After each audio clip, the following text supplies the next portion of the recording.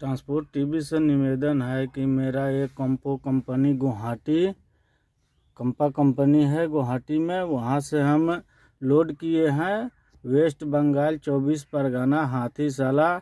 इसमें मेरा क्या गलती है? कंपनी वाला एक्सपायरी डेट लोड कर दिया, मात्र 20 दिन बचा हुआ है। उसके बाद मेरा क्या गलती है? गाड़ी अनलोडिंग नहीं करा रहा है, अब बोलता है ट्रांसपोर्ट से बात करो।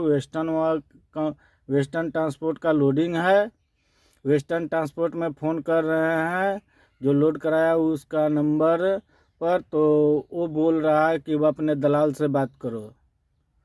सर, ट्रांसपोर्ट टीवी से निवेदन है कि इसका मतलब कि आप एक्शन लीजिए।